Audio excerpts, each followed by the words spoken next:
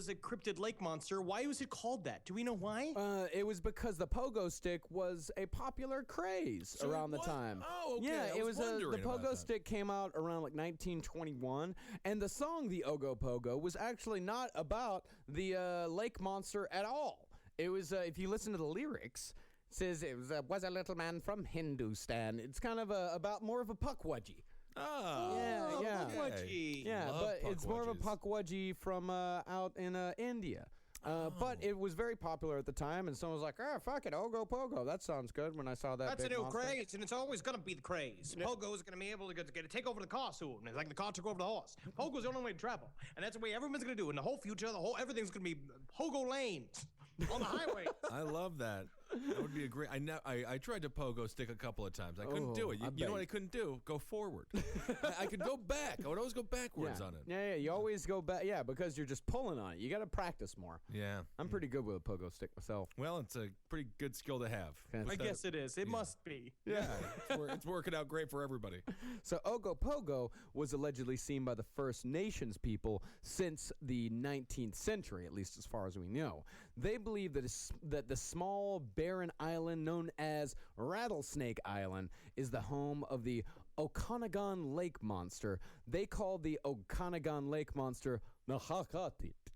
And there are pictographs that some feel depict the monster near the headwaters of Powers Creek.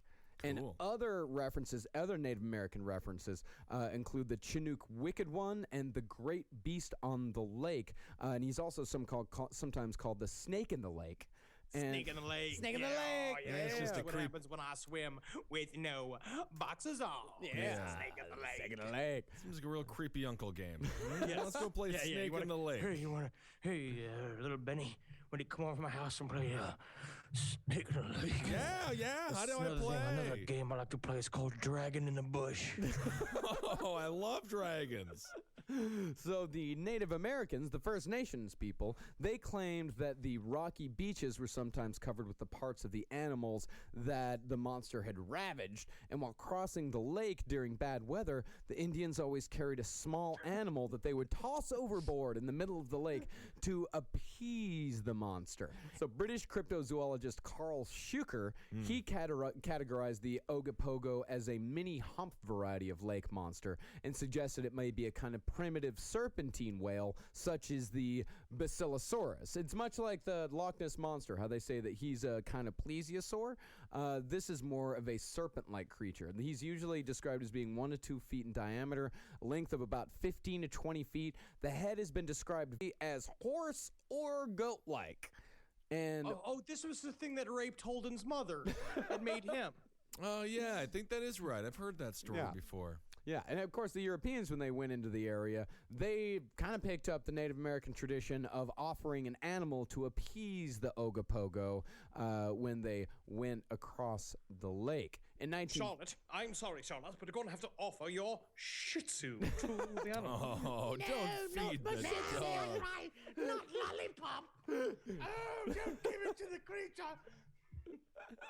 So 1914, a bunch of Indians, Nicola Valley and West Bank Indians, they discovered the decomposing body of an unidentified creature from Rattlesnake Island. They said it was 5 to 6 feet long. and Danny DeVito. it was 400 pounds. Danny DeVito. He weighs like $150 at All most. right. And they said it was blue-gray, had a tail and flippers, and an amateur naturalist in the area felt that it was a gigantic manatee. About how big are manatees, Henry? You lived in Florida. About, That's what they say. 8 to 9 ones long. It's a manatee. Manatee's Henry, size. how big are you? How big are you? Oh, I'm the size. I'm probably the exact size of a manatee. Yes. Yeah? Really? But less dense. Yeah. They are they're dense. Gotta stay very warm, dense yeah. creatures. Cute, smelly though. Yeah. And Yeah. Oh, yeah. And some people, of course, hypothesized that this was an Ogopogo. But in 1926, 4 years before the first official Nessie sighting, by the way, some people 30 people were said to have seen the Ogopogo in the beach. And in 1947, a bunch of boaters all saw the monster at the same time. One witness, a Mr. Cray, described the animal as having, quote, a long, sinuous body, 30 feet in length, consisting of about 5 undulations, apparently separated from each other by about a 2-foot space, in which that part of the undulations would have been underwater. There appeared to be a forked tail of which only one half came above the water, and from time to time the whole thing submerged and came up again. I believe that there's something to a lot of this. It's strange. Things break through and create an impression on our reality, and maybe that's one of them. Maybe it's just what happens. Is that you see a thing and that's how your brain interprets it. Like some people would see an alien, some people would see something else, and this is just kind of a weird reality anomaly.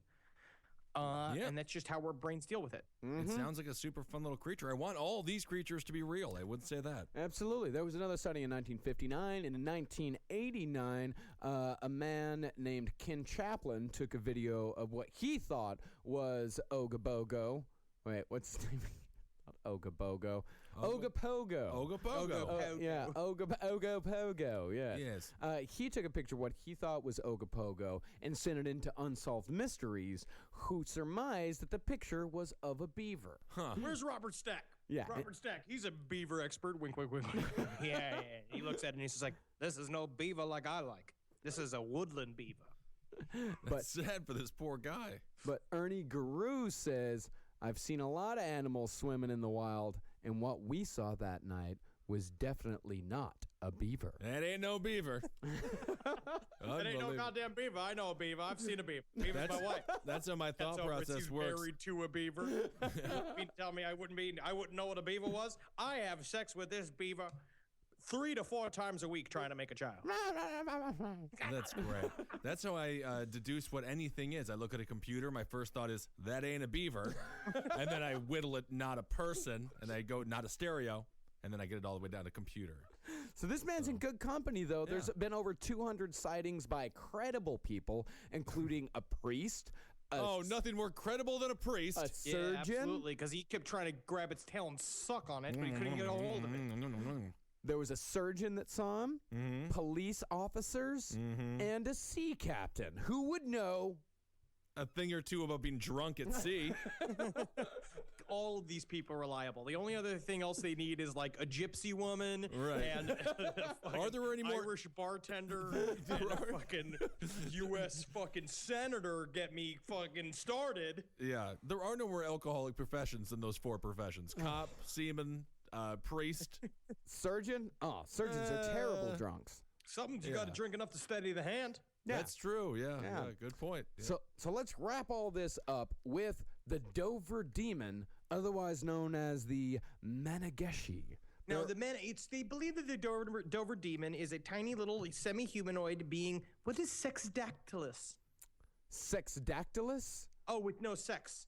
It is like it's weirdly in between. Yeah. It is he is a semi-humanoid. It's this very thin, lanky arms and orange in color. And the Manageshi, they are considered to be a trickster people in Cree folklore. And they said they have big heads and no nose. A big-headed, no-nose creature? Yeah. Terrifying. Yeah, so the Manageshi, the little people as they're called, they're said to live between rocks and the rapids, and one of their biggest delights is to crawl out of the rocks and capsize the canoes of people canoeing through the rapids, spinning them to their death. Got you. Oh, got you. Get their sandwiches. There was a Disney movie about this, right? The little guys, the Disney movie with the fella there, and everyone, they're all running around. The fella. Despicable Me.